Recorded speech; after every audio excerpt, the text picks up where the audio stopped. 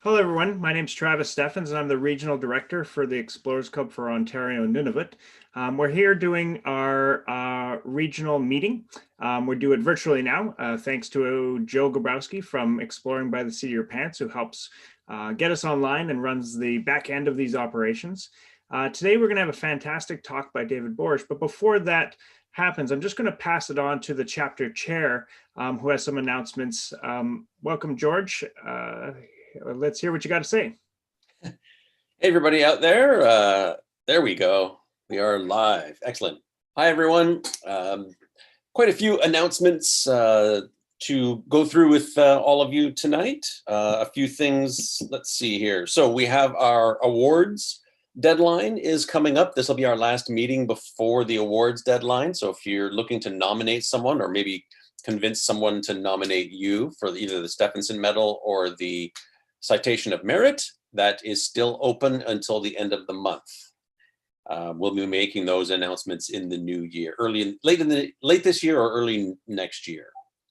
So now's your last chance for that. It is also your last chance if you're from the BC region, if you're tuning in and you're interested or yourself or want to gently encourage one of your colleagues to run for the regional director position in BC Yukon. That deadline is coming up on the 23rd, if I am not mistaken. Jet Britnell, who's been doing a fine job out there, is still eligible for another term. If someone runs against him, we will have an election. If not, then he will just automatically renew his position for another 2-year term. But it is a democratic process, so I encourage anyone who's out there that is interested in potentially joining the executive of the Canadian chapter, and you're out there, well, now's a great opportunity to throw your hat in the ring. What else we got going on? Our annual general meeting will be held next December meeting, which is, Travis, remind me, when is our next meeting? Second Friday? 11th? I think it's the 12th, but I'm just double checking. I can check as well. Let's see. No, it's the 11th, Friday the 11th. Thank you. So we'll have I'll give a full presentation at 6 p.m. Eastern. So it'll be 1 hour earlier, or I guess hour and a half earlier. Actually, yeah, 6 o'clock Eastern time zone on December 11th will be our AGM. We'll do a bit of socializing beforehand as usual, and then we will get into that. The AGM will not be live streamed on YouTube.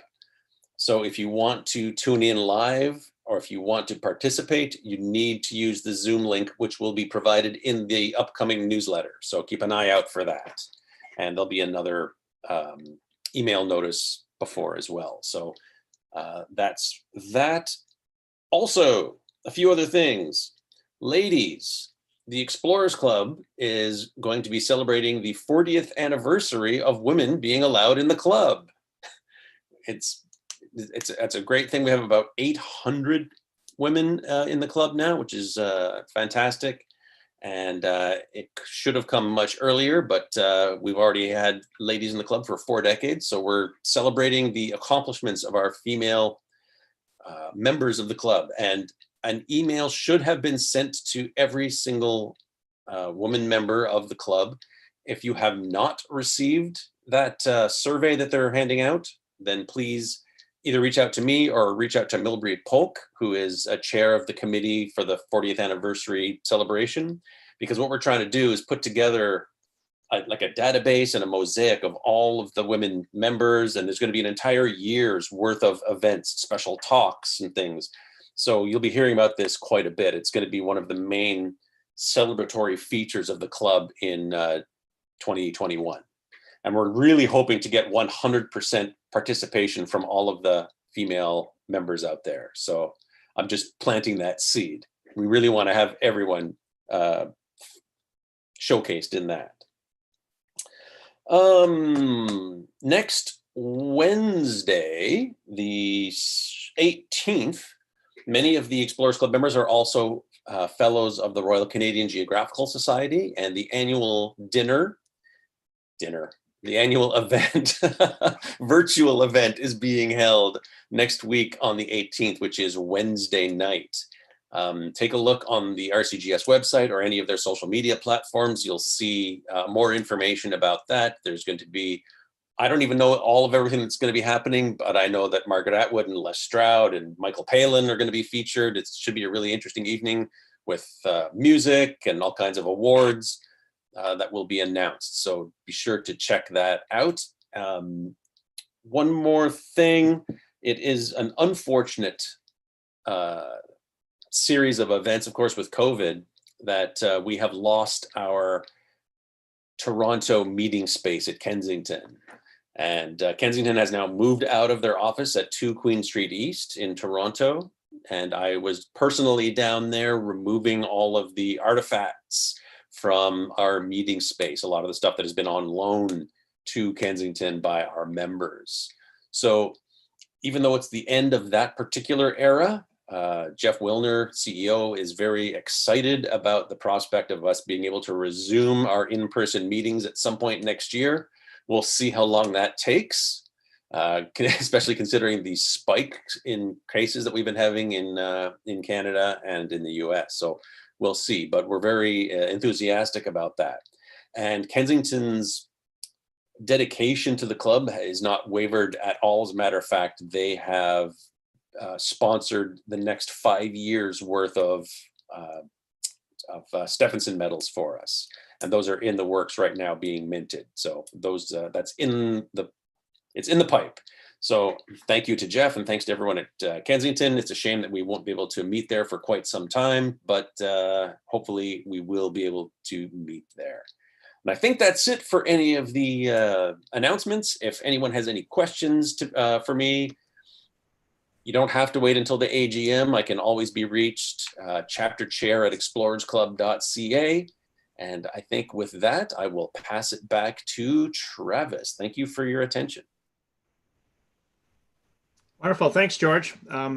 All great news. Glad to hear all that stuff going on. And again, just a reminder, make sure you get those nominations in for those awards, because the more nominations they get, the more the difficult they make it for who they can choose. And I know there's a lot of great members out there that deserve nomination. And if I may jump in, Travis, we've had actually quite a few great nominations come in. So we've had some very good response, and there's a little bit of time left. So if you're still on the fence, get it in there. And remember, the Stephenson Medal nominations are good for 3 years. Awesome. Thanks, George. Wonderful. Well, it's my absolute pleasure tonight to introduce our next speaker in our virtual meeting series that we do here.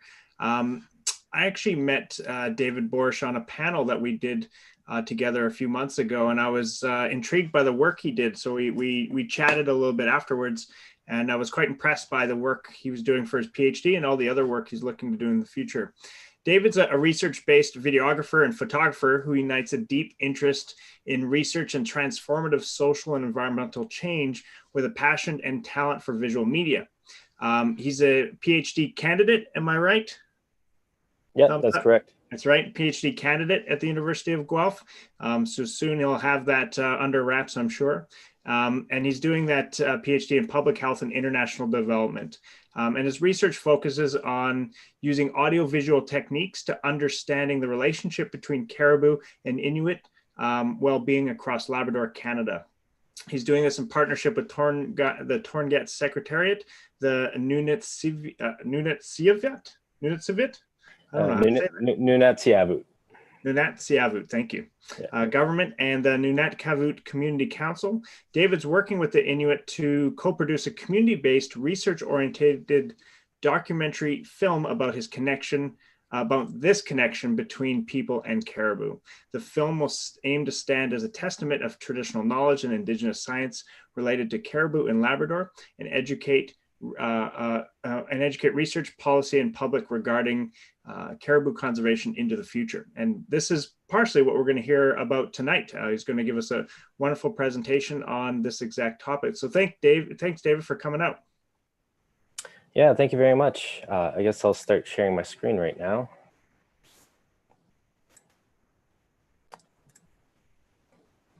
Okay. Sorry about this. Okay. Well, first of all, thank you very much, Travis, for inviting me, and thank you to the Explorers Club for inviting me to this talk. I'm really happy to be here. My name is David Borish. I'm a PhD candidate at the University of Guelph, and today I'm going to be talking about a project called Herd Inuit Voices on Caribou. So we're going to be talking about caribou, we're going to be talking about Inuit well-being, and we're going to be talking about the loss of a species and what that means for the people that rely on this species. And before I get into this, I think I'll start off by talking a little bit about some global trends to provide a bit of context to the situation. So currently there are environmental changes and losses going on all levels of the globe. And one of these changes is the loss of species, the loss of wildlife. In a recent report put out by the United Nations a few years ago, they estimated about a million species to be threatened with extinction. And due to this dramatic decline, it has become a global priority to try to reverse this trend, try to halt biodiversity loss. And this is even recognized as one of the Sustainable Development Goals. But it's increasingly recognized that if we're going to do anything about trying to minimize ecological loss, it's not only the ecological factors that need to be understood. It's also these social dimensions behind these kinds of conservation issues that need to be recognized. So this means understanding how local peoples, such as indigenous peoples, are related to these issues, how their values, their customs, their practices are connected to wildlife and wildlife conservation. And it means hearing their voices, their knowledge, their wisdom about these ecological changes. However, around the world, there are still a lot of issues where there might be a conservation issue, but local people aren't being involved in the conservation process. Their voices aren't being heard.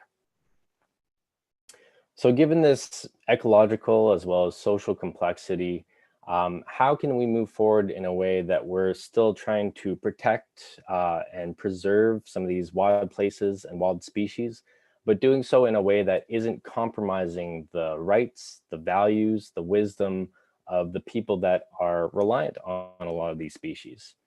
And also very important is how can we move forward in a way where we are leveraging local voices, leveraging local knowledge systems, place-based knowledge, and leadership in the conservation process. So getting into my project right now, I just want to emphasize that this project is very much about local leadership. So we're run by a steering committee that is both Inuit-led as well as involvement from non-Inuit members. So this steering committee consists of members that span across different disciplines, different sectors in society, as well as different worldviews. So both Western knowledge as well as Inuit knowledge.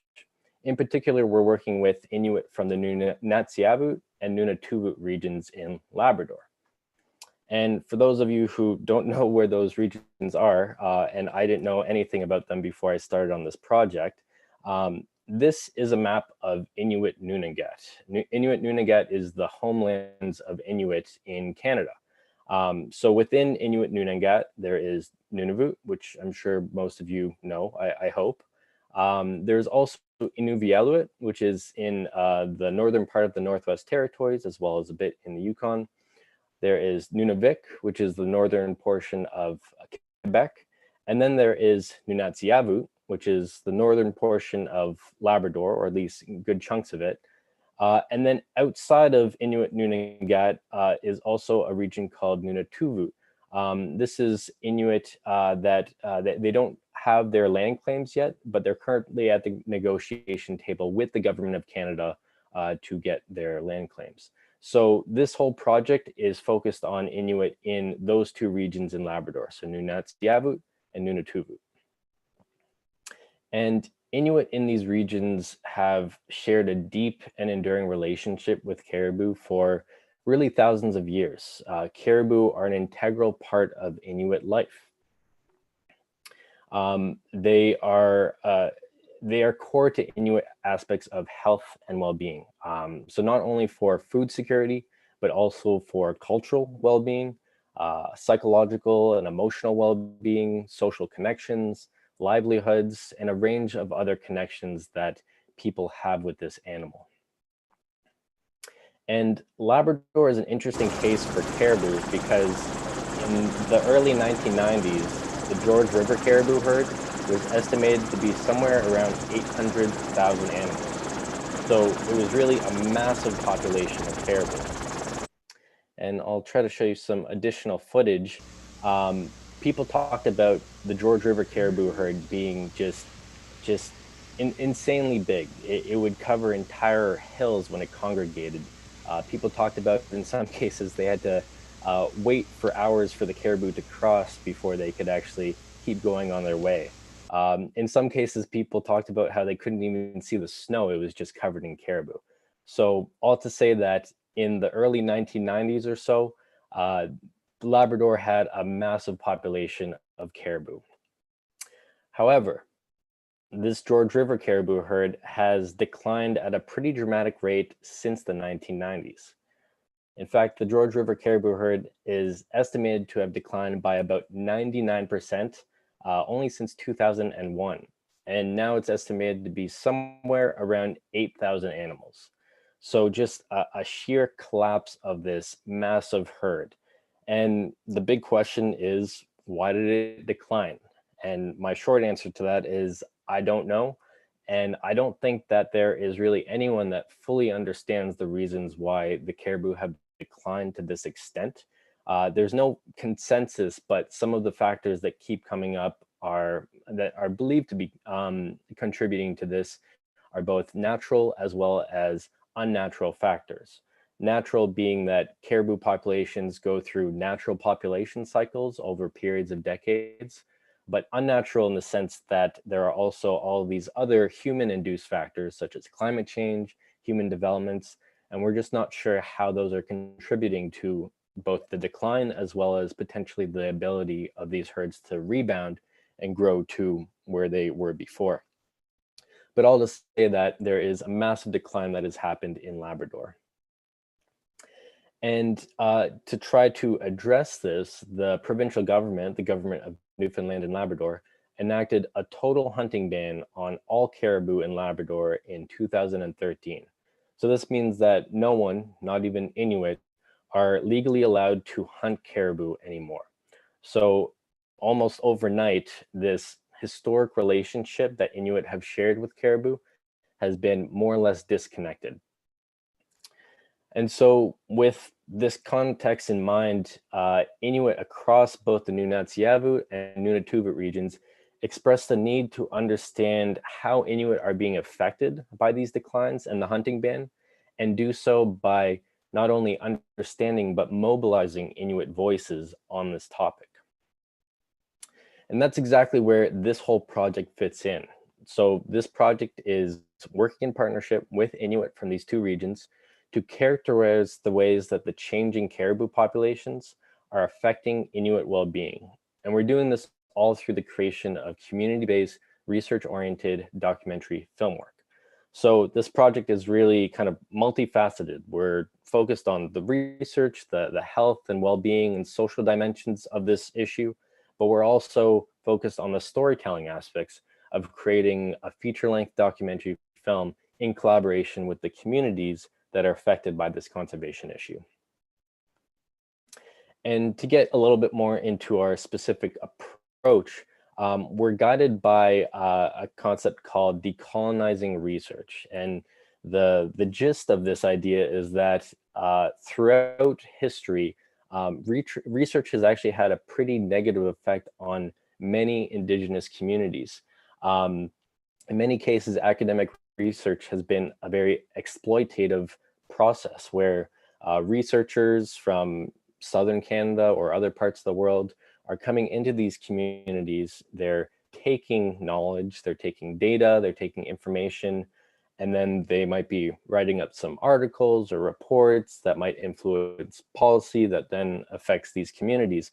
But throughout that entire research process, a lot of these communities and Indigenous individuals were never actually consulted or engaged or leading any of the research that in turn affects them. So decolonizing research is all about countering that, all about leveraging Inuit as well as other indigenous and any other persons that has been marginalized by kind of colonial systems. It's leveraging their leadership and their voices so that they are engaged and leading the research process so that it aligns with their values and needs.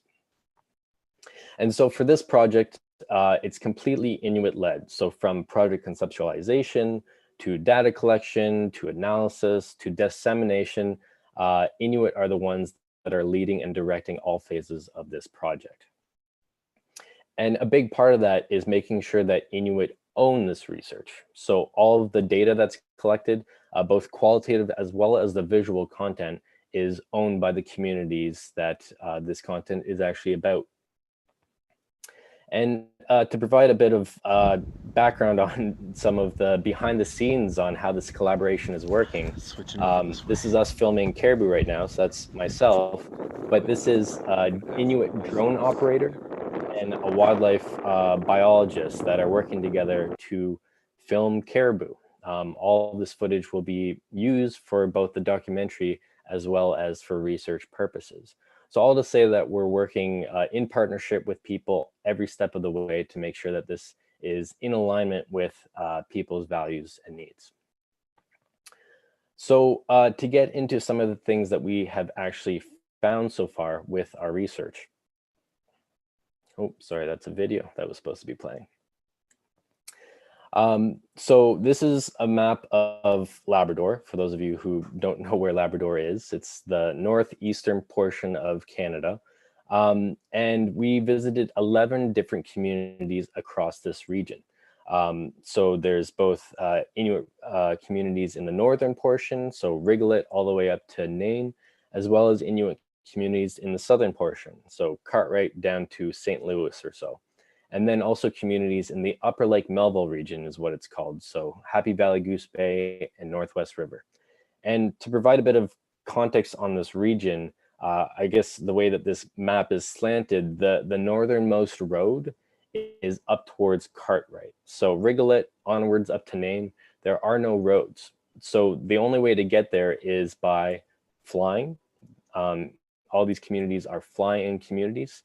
And during the winter, you can also access these communities by skidoo, by going over frozen ice, by going over lakes, by going over snow. So this is another way to travel. And this is something that I did a little bit, but for the most part, the focus was on traveling by plane. During the summer months, when the ice recedes, you can still travel to these communities by ferry, but it's less frequent. So all to say that these communities are relatively remote and isolated. And within these communities, we talked to a range of different people. And the goal was not to focus on one particular demographic, but to focus on a range of different perspectives and knowledge and experiences. So we talked to hunters, we talked to elders, we talked to people that had direct experience on the land. We talked to people that had no experience on the land. We talked to youth who had never even eaten or seen caribou before. So the goal was really to get a wide range of opinions. And what were some of the things that we found based on talking to these 80+ people? Well, one of the first things that we heard from almost everyone was that you can never replace the caribou. Inuit have deep connections with many other species and many other aspects of the Labrador landscape, but something about caribou was very difficult to fill when caribou were gone, when caribou were lost. And there are a range of reasons for that, both tangible and intangible. Some of the tangible reasons include food security. Caribou was largely seen to be a staple food source for almost everyone across Labrador. Some people talked about eating caribou 5-6 days a week. Other people talked about having caribou make up about 80% of their diets during certain seasons. And for those of you who don't know a whole lot about the kind of food security context in the Arctic and subarctic regions, one of the issues is that a lot of store-bought food is very expensive and often unhealthy. And part of that is because these areas are very isolated.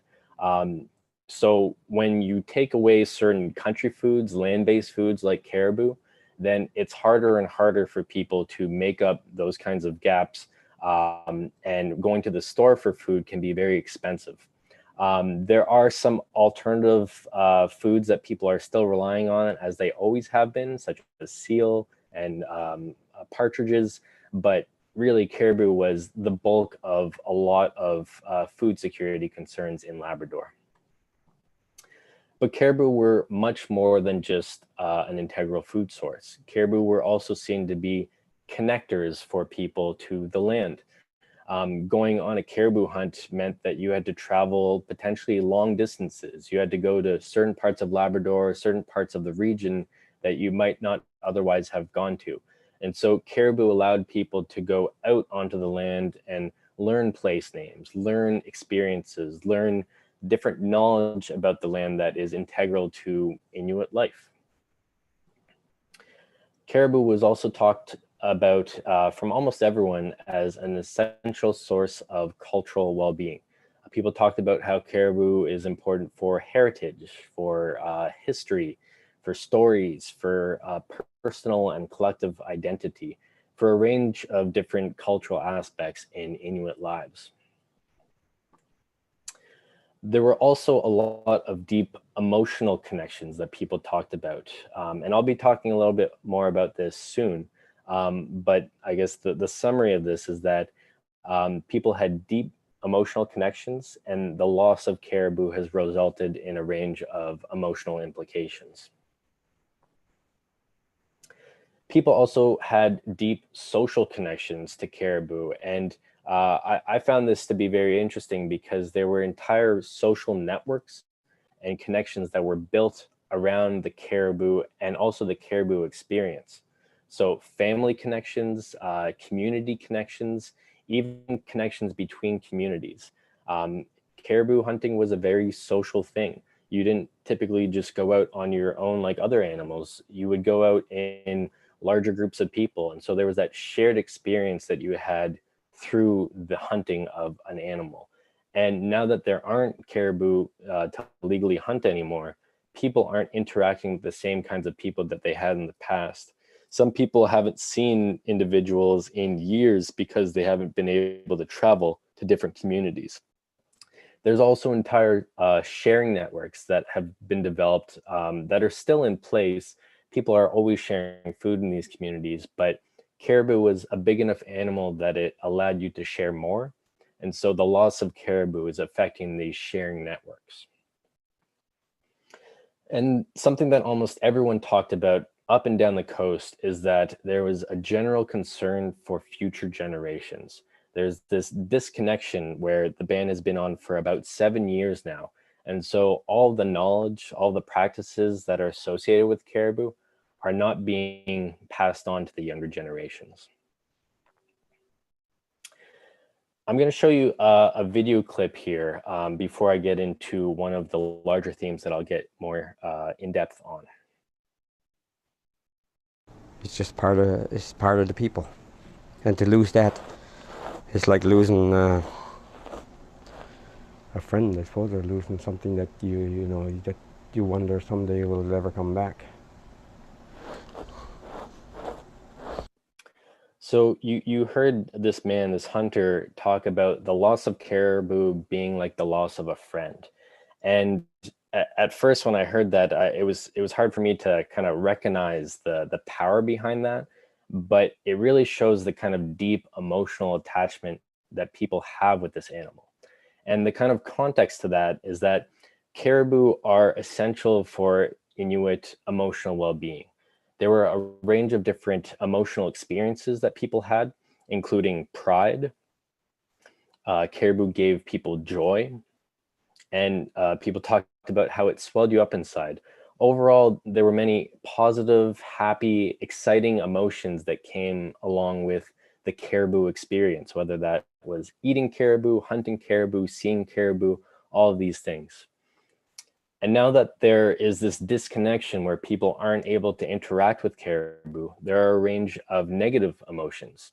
People talked about how their hearts were sinking, brought tear to their eyes, and like losing a friend. There were also a range of other negative emotions, including shock, the feeling of being trapped, frustration, anger, depression, sadness, so many negative emotions. And as you can see in the title here, I've got a term called ecological grief. And this is the idea that as different aspects of an ecosystem changes, that has grieving implications for people that are intertwined and embedded within these landscapes. In this case, we're looking at caribou, but this concept has been looked at and used for a variety of concepts, including climate change. As the world is changing around us, there are a range of emotional implications for everyone. So going back to this case of caribou, this deep connection that people had with this animal has really affected people emotionally. So what does this mean? It means that as different species of wildlife are declining, as different habitats and landscapes are changing, it's not only having ecological implications, but it's also having changes to the emotional landscape that is embedded within these connections. Here's another short little clip that I'll show you. I miss the hunt. I miss the meat. I miss everything about it. It's, like I said, big part of who we are, our identity is taken away. Like so many other things that we have no control over. So you heard him reference the loss of identity there. A big part of who they were is taken away.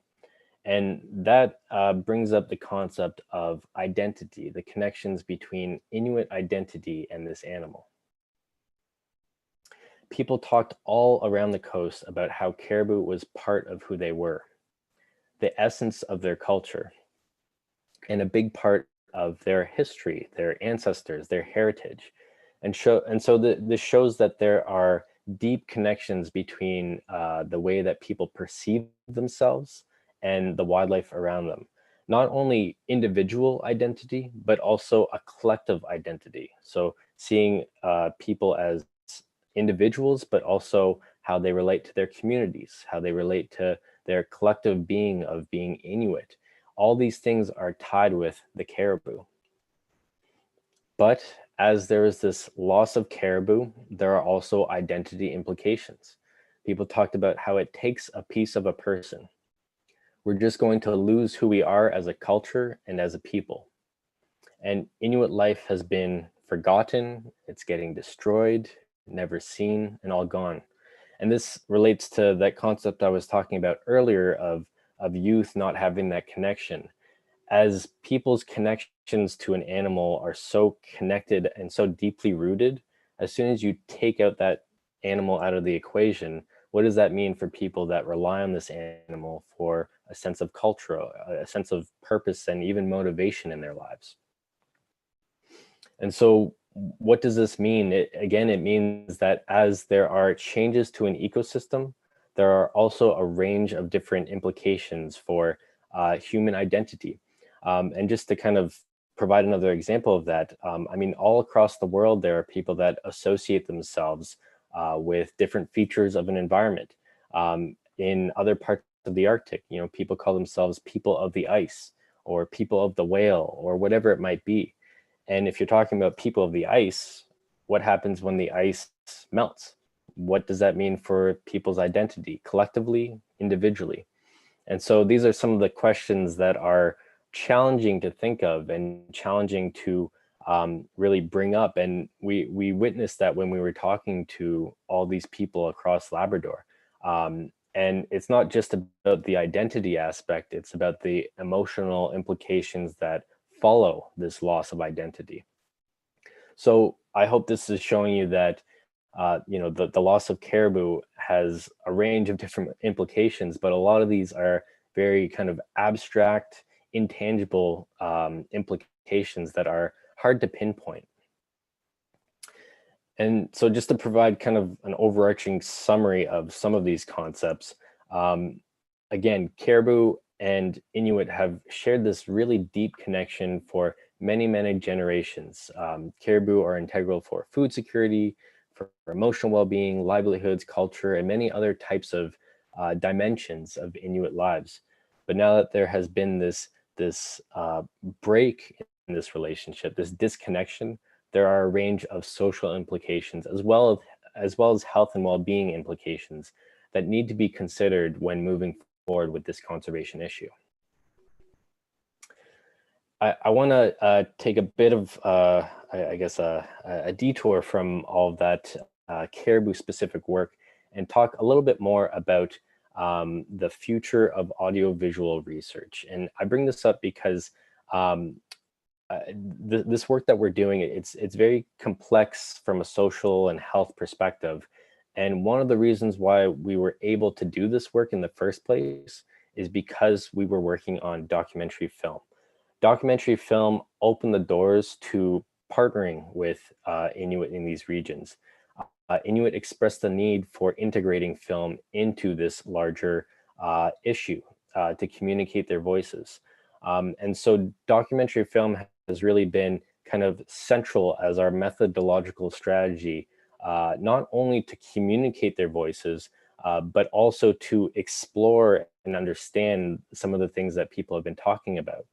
And what I mean by that is that we're using documentary film in a slightly different way than it has been used in the past. Again, it's for storytelling purposes, but we're using it to collect information and analyze it. And to give you a little snapshot on that, we collected information through filmed interviews, and all this information is being used for the final documentary film. But we're also analyzing these video interviews through video editing software that has never really been used for research purposes before. It's never been used for analytical purposes, but we're kind of reapplying these programs, in particular Final Cut Pro, to analyze the way that people are talking about their relationships with caribou. And so by doing this, we're hoping to not only gain a better understanding of this issue, but we're hoping to create more of a data-driven film. And what I mean by that is a film that is still going to be subjective as any film is, but by understanding some more details and nuances behind these issues, we're able to apply those understandings and re-emphasize or redirect certain aspects of the film so that it is hopefully providing a better understanding and a better picture of what's actually happening on the ground. So I just want to leave off by saying that a lot of these issues relating to environmental change, wildlife conservation, they tend to be compartmentalized as strictly environmental issues in a lot of cases. But we need to understand more and more the way that these things intersect with human well-being, with human culture, emotional well-being, livelihoods, all of these social dimensions that are so intertwined, it's hard to pinpoint a lot of the times where they overlap. But the more that we can understand these social dimensions and to understand it through voices of people that know it best, the better way that we will be able to understand how to move forward with these ecosystems, with these conservation challenges in ways that are not only sustainable for the species at risk, but also the people that are reliant on these issues. And emphasizing that we can do this through visual approaches like documentary film, like other creative means, I think is a really good way of going about it. So I'll leave off there. I hope we'll have time for a good amount of questions. If you have any, I'm happy to talk about anything related to anything that I mentioned earlier, whether it's about caribou, whether it's about Inuit well-being, whether it's about the process or about filmmaking. But I want to leave it off there, and thank you again for watching. Thank you very much, David. That's fantastic. It was great to hear more about your work and see some more of those videos you had with the people that you worked with. I'm going to. I have a few questions myself, but I'm actually going to go out to the crew that's here.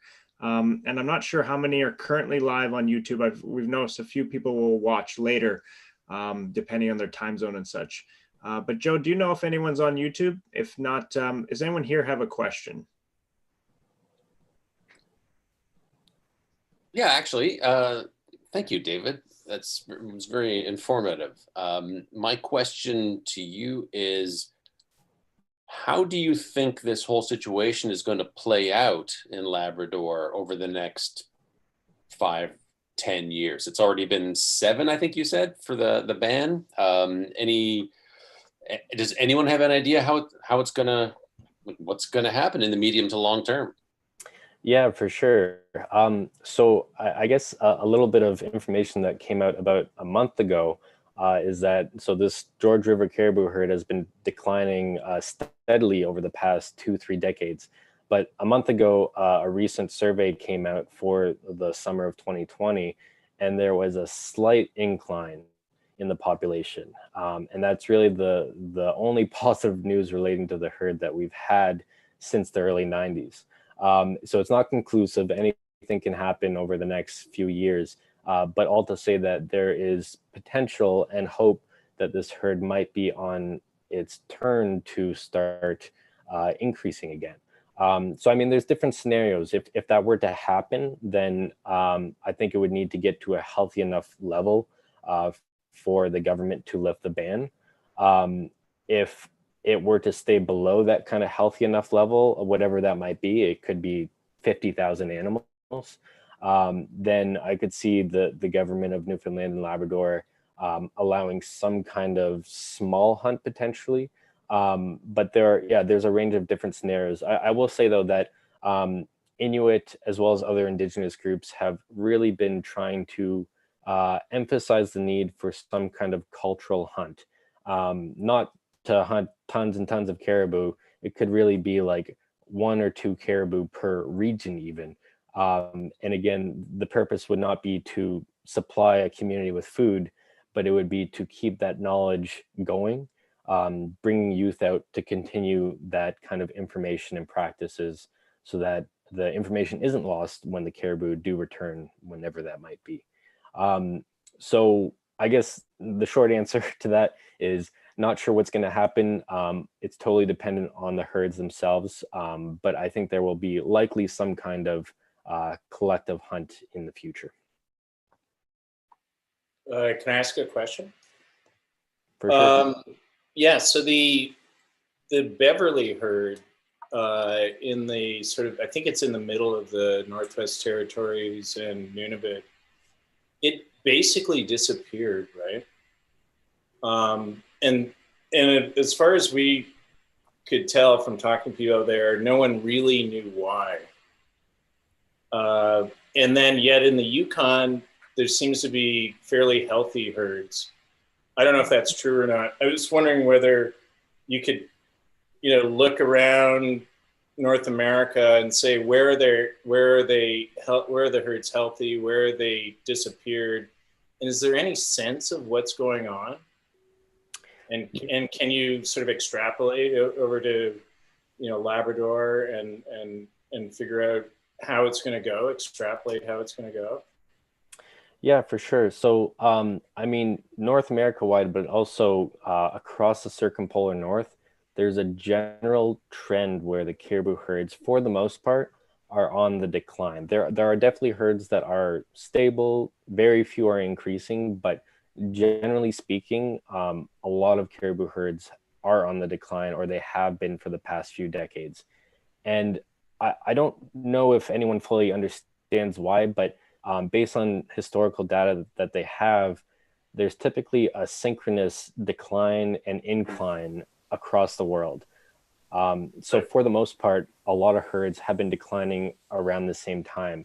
I mean, central Canada, I think there is definitely the case where a lot of caribou herds have been declining as well. Maybe not to the same extent as in Eastern Canada, like Labrador and Quebec. As far as I know, one of the only herds that is doing relatively well is the porcupine herd. Yeah, exactly. In Alaska, Yukon, they migrate between the two. I don't know their status over the past year to year and a half, but as far as I know, the porcupine herd has been relatively stable over the past while. In terms of, I guess, lessons learned from these different regions, there's a range of different governmental and management approaches that different regions have taken.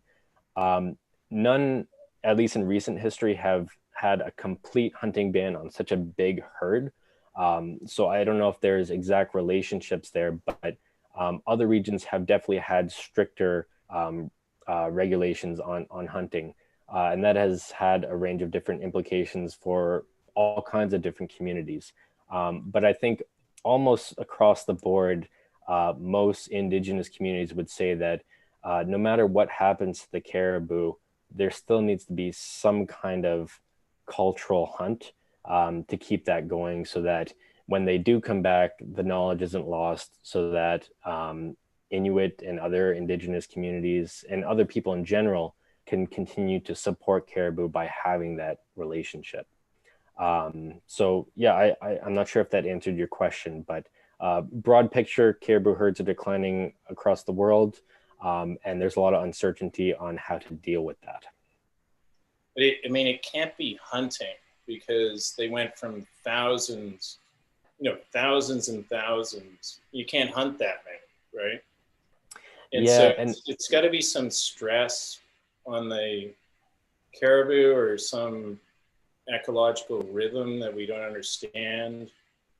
yeah, And then the wolves, the wolves are predominant. Then they eat all the ground squirrels. Ground squirrels all disappear, and then you just have a few wolves and a few caribou left, and nothing else, right?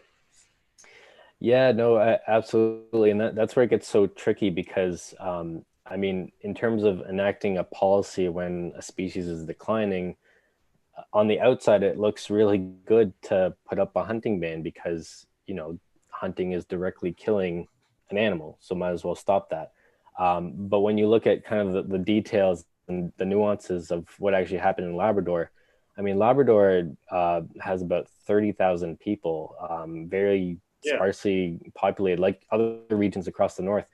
So even if everyone was hunting, lots of caribou every year, that wouldn't have any effect on such a massive herd. Obviously, hunting plays some kind of role once you get to smaller and smaller numbers, but there's something much bigger going on beyond hunting. And it's tricky to understand. And like I said earlier, I don't know if anyone fully understands it, between the kind of natural rhythms, but also all these uncertainties that we just don't know how they're affecting caribou, like climate change, like human developments. There's a lot of researchers that are more focused on kind of the ecological, biological lens on this issue, and they would probably be able to provide more context on some theories. But yeah, all to say, it's very complex. Yeah, the porcupine caribou herd right now, it has, in the last few years, it has been also on the decline. I was up there 2 years ago, and it was not as massive a herd. It's still huge, still the biggest in North America, but it too has suffered some decline. And now, of course, we're really concerned about the, in Alaska, well, hopefully with the new government, they are going to put a moratorium on this again, the potential of drilling for oil in the calving grounds of the porcupine caribou herd up in Alaska. So, I mean, that would have been a total disruption of that herd. And hopefully with the new government, that they kibosh those plans and let these animals survive. But they have huge, a part of the challenge here is also, though, because of the migration routes. All of these caribou have huge migration routes. Yes, the porcupine has the largest migration route of any land mammal, but all of these, anything anywhere along their migration route can disrupt the entire herd.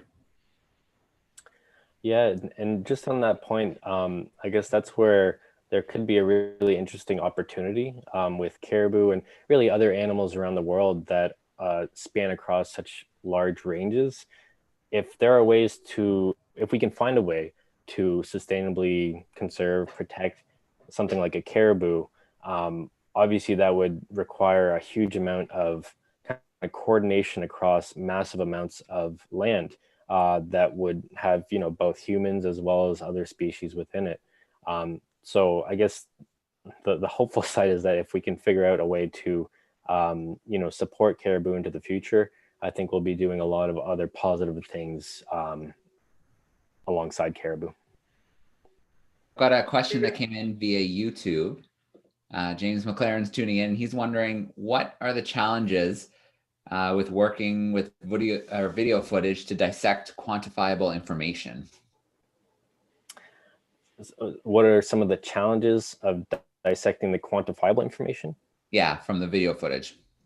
Yeah, so I guess for my focus, I'll say that I wasn't so much focused on the quantitative side of the video footage. I mean, we took kind of descriptive statistics for general ideas and demographics and things like that. But the focus for the video approach was really on the qualitative analysis.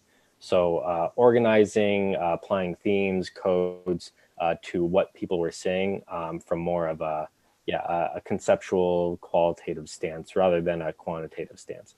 I think there's a lot of opportunities to go into more of the quantitative side of this kind of approach. I personally haven't done it before, but I think there is going to be increasing opportunities for this into the future. Could you do something like take transcriptions of the interviews and run them through one of those word cloud algorithms to pick out various uses and instances of certain words and phrases, that kind of thing? You can get a bit more quantitative in that regard, I suppose, but not much more. Yeah, no, absolutely. And that might be an option. I could look into exploring that as well. Probably not for my PhD right now, but at some point. But yeah, thank you for the question, James. I've got one. I think you guys can see me now. Yeah, awesome. Sorry, I wasn't sure how I signed in. I had to join late today, I'm afraid. So I actually missed the bulk of your presentation, which is I really wanted to see. But I think I can ask you this question anyway and let me know if it sort of came up. But I think it's probably weird enough it didn't. I'm a forestry economist, so I do all the quantitative stuff. That's my bag, unfortunately, these days. But one of the projects I got involved in recently was looking at decision-making in the context of caribou conservation in Canada, but woodland caribou, not the Arctic or the Barren Ground caribou. So boreal caribou is the subspecies people usually talk about. And there, the problem is basically that they're a sensitive species. They like probably old growth habitat. They don't do well with disturbance. They don't do well with wolf predation, and industrial development, specifically forestry. Also, oil and gas brings the opposite of that. So it completely destroys them. I don't know if you guys covered this before, and this came up a few years. Have you ever heard of this Canadian Boreal Forest Agreement? Yeah, I've heard of it. Oh, right on. That's no one's ever heard of it, but that was is a big conservation deal between the forest industry in Canada and a whole bunch of NGOs.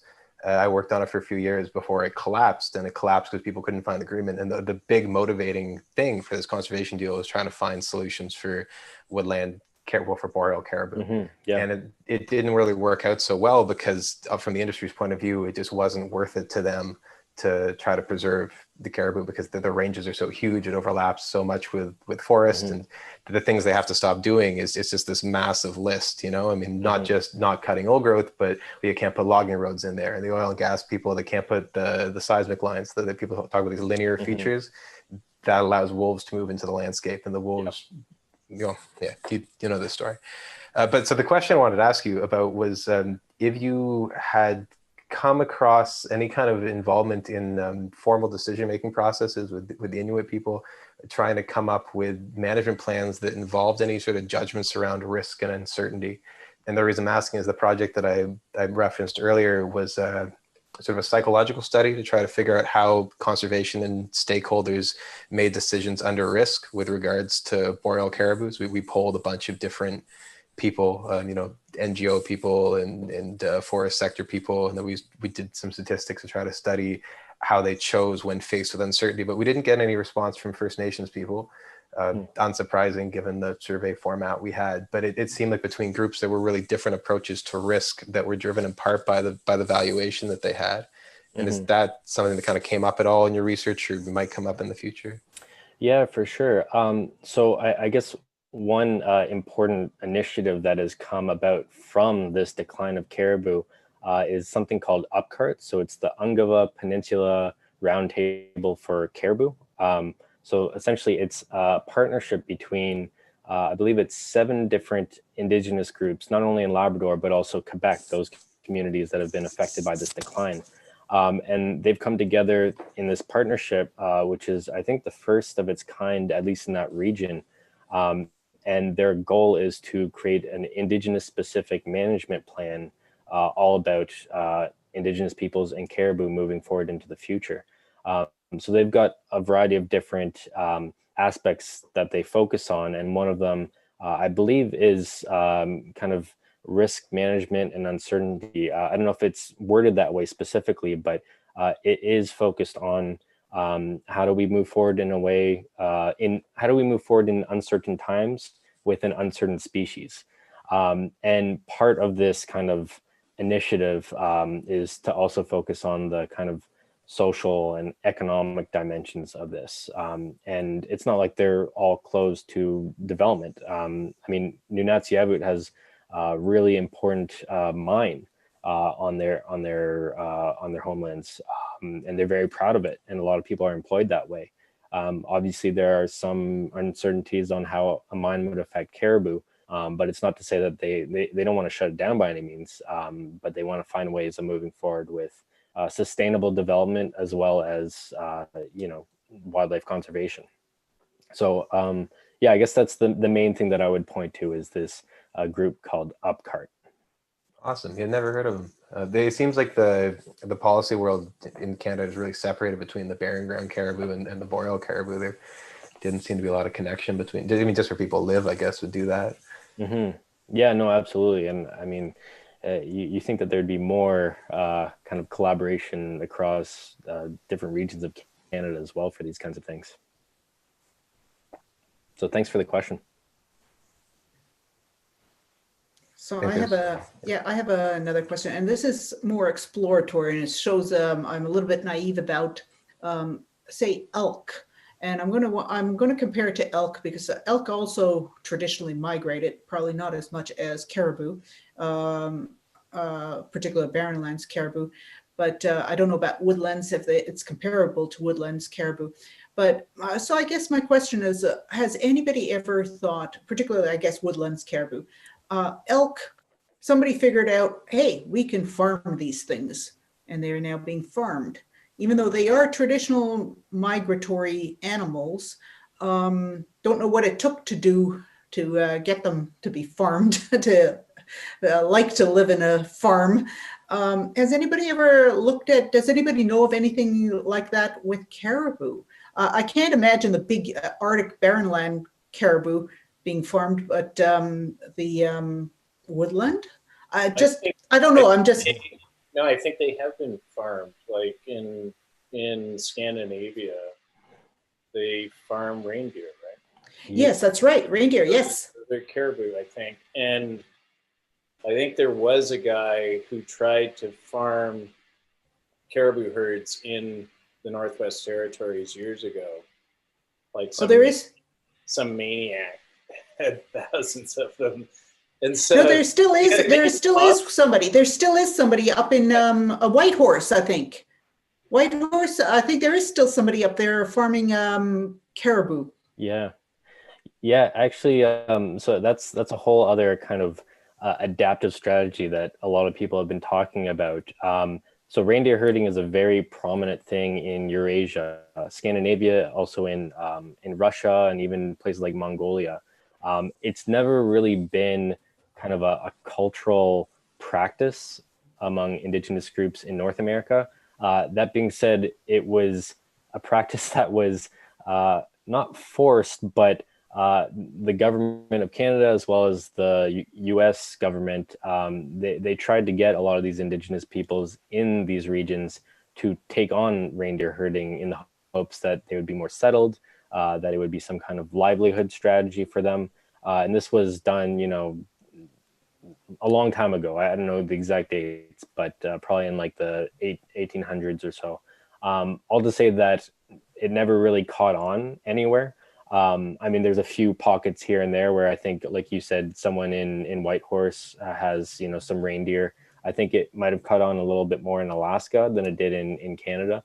But there have been more renewed talks in Labrador specifically about potentially starting some kind of reindeer industry, knowing that it's completely different than caribou because reindeer would be either domesticated or semi-domesticated versus caribou that are wild. But it's just this kind of, in a way, like a desperation strategy on trying to have some connection with this animal. So there have been talks. Thank you. Yeah, because it just seems to me, I mean, particularly, the Inuit, they're adapting to all kinds of situations, Western ways and stuff. Is this just the next adaptation that's a crossover, right? A hybrid cultural concept. Yeah, we'll have to see. I think you lose a lot of the values that people associate, at least people down south associate with caribou when you start going at it that way. With the boreal caribou, there's been in situ conservation, I guess you call it, like breeding pens and stuff like that, and some studies to try to figure out what they eat, and can we there's a lot of politics that goes into the science of it, people trying to get a specific answer that's going to push pro-development or anti-development. But on the anti-development side of it, I mean, the environmentalists I've talked to about who are focused on the boreal caribou, it's explicitly created as a symbol of wilderness. Yeah, no, absolutely. And I mean, it's so tricky to move forward with these kinds of issues because you can't disregard them, right? Like people's livelihoods and economic development is really important in a lot of these regions. But how do you move forward with, a species that's declining? It's really tricky stuff. David, I have a question about the symbolic hunts and the idea of trying to maintain knowledge about hunting. What at some point, if the herds decline to a point that becomes problematic, what discussions do the communities have? I don't think hunting has a major role in this. I think with what Ben talked about with the boreal caribou probably holds for the northern caribou. There was a great study 15 years ago showing it wasn't hunting that was decimating woodland and boreal. It was seismic lines and access to wolves and habitat disturbance and edge effects, things like that.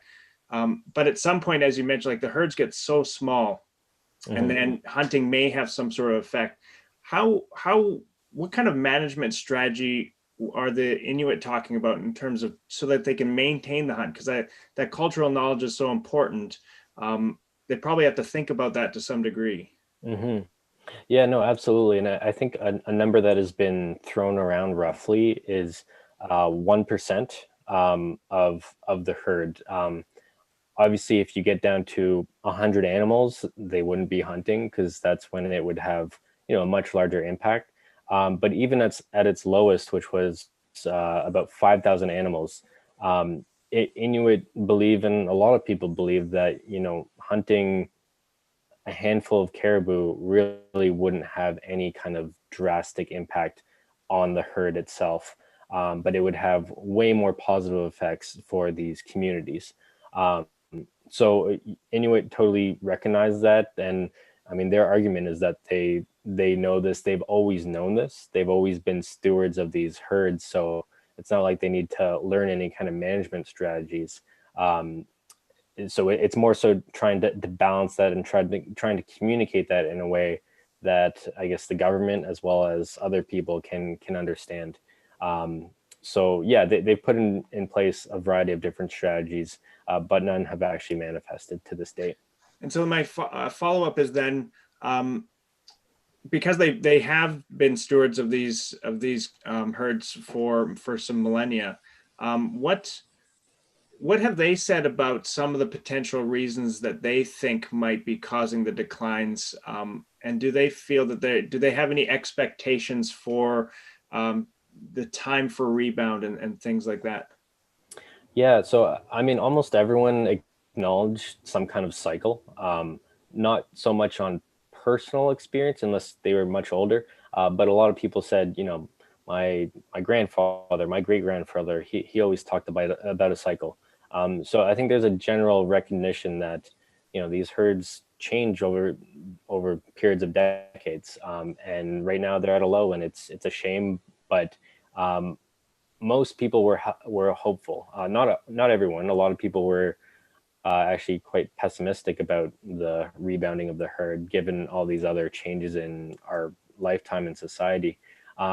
It really ranged. I don't want to say an exact number, but some people said, you know, maybe a few decades from now. Some people said a decade. Some people said maybe 50 years from now. So it really depends. But based on previous information that we have, I think it's give or take like 30 to 50 years that, you know, a herd could go from a high to a low or less. But yeah, great question. So Joe, what's is there your any general, I don't know, should I ask a question? Anyway, what's your general feeling about the whole situation? It just sounds utterly depressing. Like, do you feel like the whole thing is a nightmare? Yeah, that's a great question, actually. I mean, definitely aspects of it, for sure. And before doing any of this work, it was actually a requirement by our Inuit partners to not make this into a completely negative story. Because, I mean, the headlines are there. It would be very easy to make this a doom and gloom documentary, as well as doom and gloom research. But it was a priority for them to make sure that, you know, we don't just focus on the negatives. So yes, it's bleak in a lot of senses, but there are also opportunities and reasons to be hopeful. Not only for the reasons I mentioned earlier, but I think a lot of these issues are really bringing up Inuit resilience, Inuit leadership in these issues, Inuit adaptive capacity, and just the overall strength of these communities to move forward and not be completely in, you know, despair by these challenges. So I guess the short answer is that overall it's a pretty negative narrative, but there are reasons to be hopeful, and I think ways of shining the positive light on some of these stories. And I think that goes to any kind of conservation story around the world. I mean, there are a lot of endangered animals out there, and there's a lot of really depressing stories. I mean, in some cases, you know, you've got the last remaining male or female of an entire species. Like, it's just terrible stuff. But I think trying to also look at some of the opportunities for moving forward in ways that we can actually do this in a sustainable way, I think they're out there. We just have to dig a little bit deeper.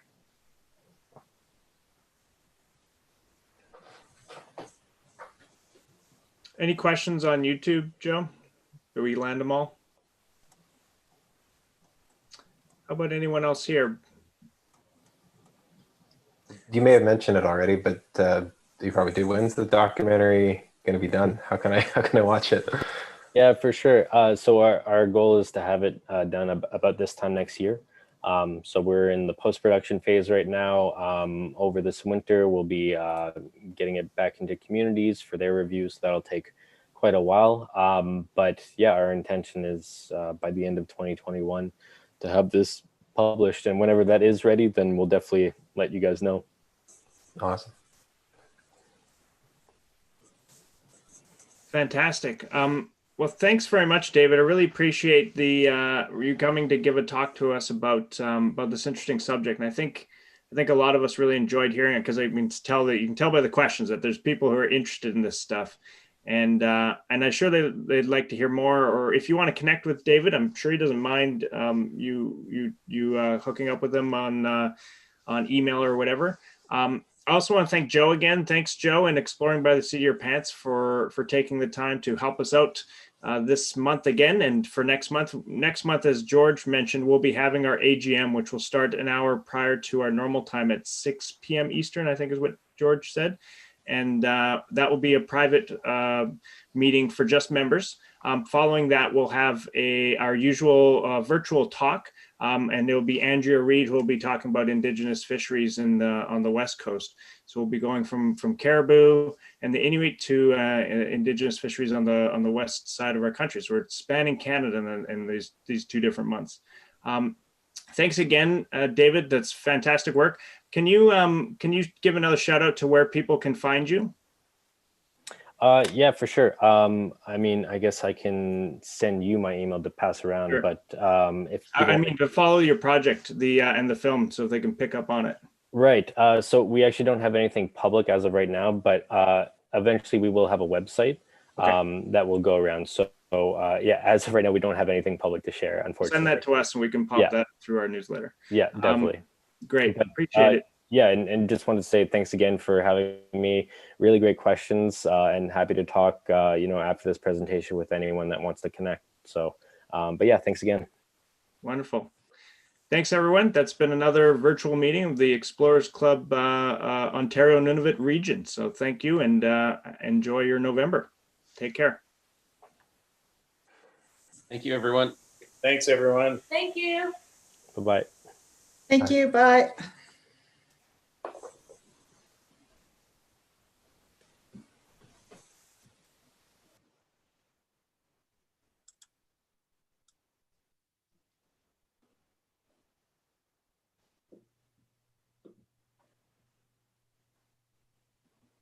All right. Thanks again, guys. Thank you, David. I'm just seeing that we're still live, so I'm wondering, I still